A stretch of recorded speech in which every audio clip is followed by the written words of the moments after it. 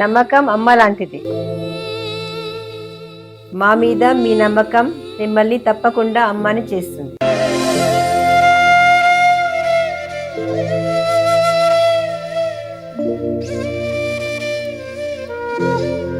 నేడు ఎంతో మంది మా మీద నమ్మకంతో అమ్మాయారు. మీకోసం అమ్మతనం ఎదురు చూస్తుంది. వివరాలకు సంప్రదించండి కిరణ్ ఇన్ఫర్టిలిటీ సెంటర్, హైదరాబాద్, బెంగళూరు, చెన్నై, ఢిల్లీ. తులా లగ్నం తెలియని వారికి రాశి అంటే చూసినట్టయితే ఈ రాశికి అధిపతి శుక్రుడికి రాహుకి మిత్రత్వం ఉంది. కాకపోతే అక్కడ ఎవరున్నారు?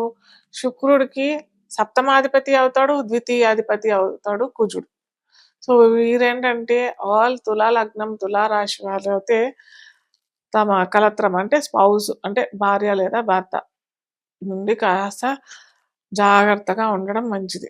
ఎందుకంటే వీరికి పంచమంలో అవుతారు. అలాగే పిల్లలతో కూడా చాలా జాగ్రత్తగా ఉండాల్సిన అవసరం అయితే ఉంది. ఎందుకంటే ఇక్కడ మనకి పంచమంలో కలయిక జరుగుతుంది కదా, కుంభరాశి పంచమం అవుతుంది వీరికి.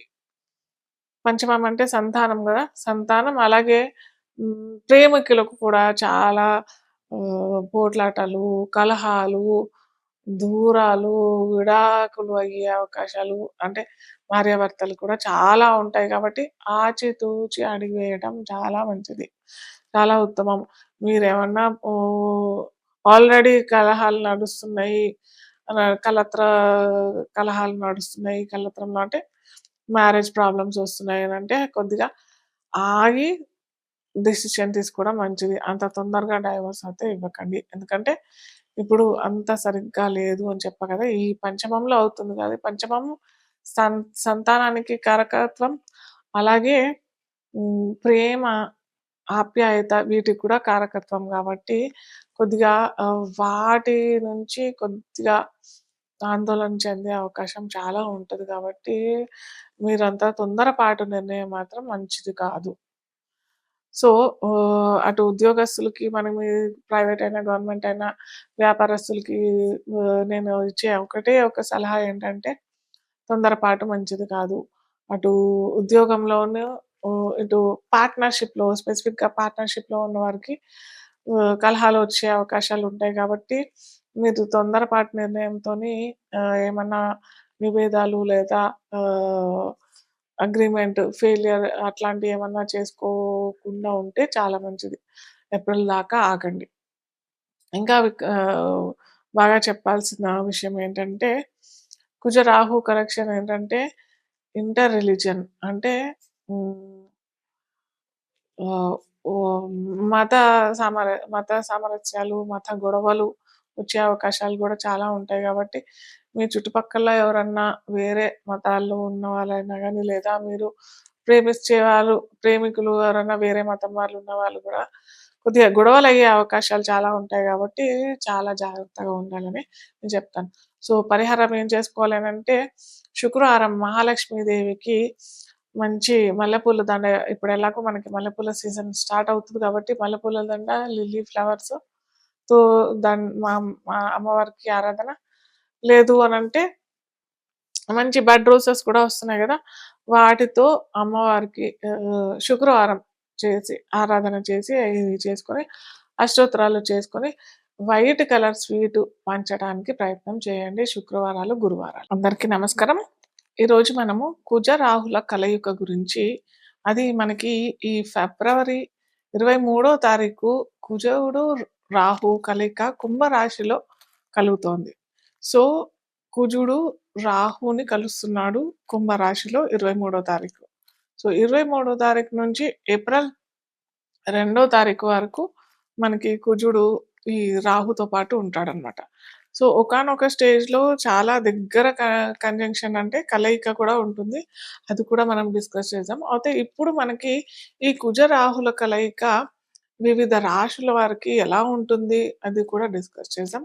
అయితే ముందర మనము ఈ కుజుడు అంటే ఏంటి, రాహు అంటే ఏంటి, వారి కారకత్వాలు ఏంటి, వారి వలన ఏమన్నా భయంకరమైన ఉపద్రవాలు ఏమన్నా వస్తాయా, లేదా ఈ వచ్చిన ఎలాంటి మనము పరిహారాలు చేసుకోవచ్చు అన్నది ఈరోజు మనం తెలుసుకుందాం. ముందర కుజుడు గురించి తెలుసుకున్నట్టయితే, కుజుడు అంటే ఏంటి యాక్చువల్‌గా? కుజుడు మేషరాశికి అధిపతి. మేషరాశి కాదనుకుంటా, మేష లగ్నానికి, అలాగే వృశ్చిక లగ్నానికి అధిపతి. కుజుడు భూపుత్రుడు, అలాగే అంగారకుడు అని కూడా అంటాం మనం. సో, ఈ కుజుడుకి ఎరుపుకి కారకం. కుజుడు భూములకి కారకం. కుజుడు సహనానికి, ఓపిక, అంటే వారు మన జాతక చక్రంలో కుజుడు కనుక చాలా మంచిగా ఉన్నాడు అనంటే, మంచిగా ఉన్నాడు అంటే తన రాశిలో, అంటే మనం ఇప్పుడు చెప్పుకున్నాం కదా, మేషరాశికి అధిపతి, అలాగే వృశ్చిక రాశికి అధిపతి, అలాగే మకర రాశిలో అతను ఉచ్చ పొందుతాడు కుజుడు. సో, ఈ రాశుల్లో ఉన్నట్టయితే మంచి సామర్థ్యత్వం, సాహసం, ఏమంటారు, వాలర్, ఇవన్నీ ఉంటాయి కదా, బాహుబలి అని అంటాం కదా. సో, అలాంటి కరేజు ఉంటది. అలాగే సహనం కూడా కోల్పోరు. ఆహ్, నిశ్చలంగా మనసు, శరీరాన్ని అదుపులో పెట్టుకునే అంత సామర్థ్యం మంచి పాజిటివ్ కుజుడుకి ఉంటది. అలాగే కుజుడు కనుక ఇప్పుడు కుజ రాహు కనెక్షన్ అన్నాం కదా, అది కూడా మిత్ర రాశుల్లో కాకుండా శత్రు రాశుల్లో కనుక కుజుడు, రాహు కలిసి ఉంటట్టయితే, లేదా ఇంకా దారుణమైన కాంబినేషన్స్ ఉన్నాయి. కుజుడు, శని అనుకుంటాము. లేదా కుజుడు, కేతు కూడా ఓకే, స్పిరిచువల్. అక్కడ కూడా కుజుడు ఏ రాశిలో ఉన్నాడు, దాన్ని బట్టే కుజుడు మనకి ఫలితాలిస్తాడు. సో, ఇలాగా కుజుడు కనుక శత్రు రాశుల్లో ఉన్నట్టయితే విరుద్ధమైన ఫలితాలు, అంటే అతి కోపం, అతిగా ఉద్రిక్తత, బీపీ రైజ్ అయిపోవడము, ప్లస్ ఏమంటారు, ఎవరినన్నా చంపేంత కోపం కూడా వాళ్ళకొచ్చేస్తది. సో, అది ఎప్పుడైతే ఆ కుజుడు కనుక వేరే విరుద్ధమైన లేదా శత్రు రాశిలో కనుక ఉంటే మటుకు ఖచ్చితంగా ఇలాంటి ఫలితాలే వస్తాయి. రాహుని మనం చూసినట్టయితే, రాహు ఏంటి యాక్చువల్‌గా ఇక్కడ? రాహు ఛాయాగ్రహం. అవునా? సో, ఛాయాగ్రహము ప్లస్ ఏంటంటే, మనకి అందరికీ తెలిసిన కథనే ఇది. మనకి సముద్ర మంథనం చేసినప్పుడు విష్ణువు దేవదానవులకి అమృతము డిస్ట్రిబ్యూట్ చేసేటప్పుడు, ఫస్ట్ దేవతలకి అమృతం ఇస్తాము అని అనుకునే టైంకి ఒక రాక్షసుడు కూడా అందులో దేవుళ్ళ సమూహంలో కూర్చునిపోయి అమృతం తాగుతామని చెప్పేసి ఒక చిన్న బిందు కూడా పడినట్టే అదే సమయంలో తెలుసుకుంటాడు రాక్షసుడు అని చెప్పేసి. సో, అదే టైంలో విష్ణువు ఖండించడం జరుగుతుంది. అదే తలేమో రాహు అవుతాడు, తోకేమో కేతు అయిపోతుంది. సో, ఇలాగా ఏంటంటే, ఇక్కడ ఈ కథ ద్వారా మనకు తెలిసింది ఏంటంటే, ద్రోహం చేయడము, సెల్ఫిష్‌నెస్, దురాశ కదా! దురాశ. యాక్చువల్‌గా చెప్పాడు కదా విష్ణువు, మీకు కూడా ఇస్తానని చెప్పి. కాస్త ఓపిక లేకుండా ప్రవర్తించడం. ఇలాంటి కారకత్వాలు ఉన్న గ్రహం ఏంటంటే ఛాయాగ్రహం రాహు. అలాగే రాహు కనుక పీడించాడు అంటే, శత్రు గ్రహాలను పీడించాడంటే చాలా దారుణంగా ఉండిపోతది. దురాశ, దుఃఖానికి, ఇవన్నిటికి ఏమంటారు, సెల్ఫిష్‌నెస్, ఇంతకుముందు చెప్పుకున్నాం గదా! చీటింగ్, ఇలాంటి వాటికి, అంటే మనము నెగెటివ్ యాస్పెక్ట్ చూసినట్టయితే ఇలాంటి కారకత్వాలన్నీ మనకి రాహులో కనిపిస్తాయి. కానీ రాహు మొత్తం చెడేనా అనంటే కాదు. ఇప్పటి పరిస్థితిలో ఏంటంటే, విదేశీయానానికి కారకం ఎవరు అనంటే, ఏ గ్రహం ఇస్తాడు మనకు అనంటే మటుకు రాహువే. అలాగే కెమెరాకి ఈరోజు మనం అంతా యూట్యూబ్‌లో చూస్తున్నాము, ఛానల్స్‌లో చూస్తున్నాము. సినిమా అనేది ఇలాంటి కెమెరాకి సంబంధించింది అన్ని తత్వం దేనికి అనంటే రాహు వస్తాడు. సపోజ్ రాహువే లేదు అనంటే మనకిక్కడ ఇవన్నీ లేనే లేదు. కమ్యూనికేషనే లేదు. త్రూ మీడియా కమ్యూనికేషనే లేదు. సో, రాహు ఇలాంటి వాటికి ఖచ్చితంగా, అది కూడా తన మిత్ర రాశుల్లో, మనం పోను అన్నీ తెలుసుకుందాం. మిత్ర రాశులేంటో, శత్రు రాశులేంటో ఎవరికన్నా. సో, ఇలాంటియన్నీ తెలుసుకుందాం. సో, ఎప్పుడైతే రాహు శత్రు రాశిలో ఉన్నట్టయితే ఖచ్చితంగా విరుద్ధమైన స్వభావాలు, విరుద్ధమైన రిజల్ట్సే ఇస్తాడు. కానీ మనం తెలుసుకోవాల్సిందేంటంటే, ఎప్పుడైనా కుజుడు ఇక్కడ కత్తికి కూడా అని అంటాం. ఎప్పుడైతే కుజుడు కత్తికి అని అన్నప్పుడైతే, ఇప్పుడు కత్తి మనము కిచెన్‌లో గూడా వాడతాం. కట్ చేసడానికి ఏంటి, వంటశాలలో కూరగాయలు తరగడానికి యూజ్ చేస్తాము.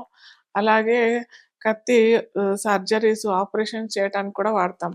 అలాగే పీకలు కోయటానికి కూడా కత్తే వాడతాం. సో, ఇక్కడ ఏంటి కుజుడు అనంటే, మనం ఏ విధంగా మనం తీసుకుంటున్నాము ఆ కారకత్వాలు అది ఇంపార్టెంట్. అలాగే రాహు కూడా చెప్పాం గదా! ఇప్పుడు. సో, రాహు వ్యాపకానికి గూడా కారకం. ఎప్పుడైతే ఈ కుజుడు, రాహు కనుక విరుద్ధమైన మనం చెప్పుకున్న ఈ కొన్ని ఉంటాయన్నాను గదా! ఆ రాశులలో కనుక వీరిద్దరు కలయిక పడినట్టయితే మన జన్మ జాతకంలో చెప్తున్నా నేను. ఇక్కడేదో కుంభరాశి గురించి చెప్పట్లేదు. వీటి గురించి ఇంట్రడక్షన్ చెప్పిన తర్వాత ఒక్కొక్క రాశులు చెప్తామని చెప్పి నేను ఇవన్నీ చెప్తా ఉన్నాను. సో, ఎప్పుడైతే ఈ కుజుడు, రాహు కాంబినేషన్ మన జాతక చక్రంలో కూడా విరుద్ధమైన రాశుల్లో, అలాగే విరుద్ధమైన లగ్నాలకి కనుక ఈ కాంబినేషన్ వచ్చినట్టయితే ఖచ్చితంగా ఇది విపరీతమైన ఫలితాలే ఇస్తాయి. మనము దేశగోచారం కనుక చూసినట్టయితే కూడా ఇవేంటంటే కుజ రాహు కనెక్షను ఇది మంచిగైతే మంచి దేశాలు పోట్లాటకు కూడా సిద్ధంగా అయ్యే దుస్థితి ఏర్పాటయ్యే అవకాశం మనకి ఫిబ్రవరి 23 నుంచి ఏప్రిల్ 2వ తారీఖు వరకు ఖచ్చితంగా ఉంటాయి. అలాగే రాహు కూడా ఉన్నాడు గదా! కుజుడు ఆ దేశాలకి మనం దేశగోచారం యేసుకున్నప్పుడు లగ్నాలు కూడా యేసుకుంటాం. ఆ దేశ లగ్నాలకి కనుక విరుద్ధమైన గ్రహాలు అయినట్టయితే ఖచ్చితంగా విపరీత ధోరణికే దారితీస్తాయి. కాదంటే వాళ్ళు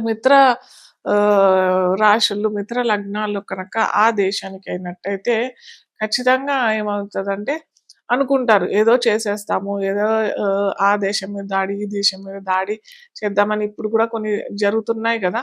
సో, అలా అనుకుంటారు కానీ అవి ప్రాక్టికల్‌గా అవ్వవు.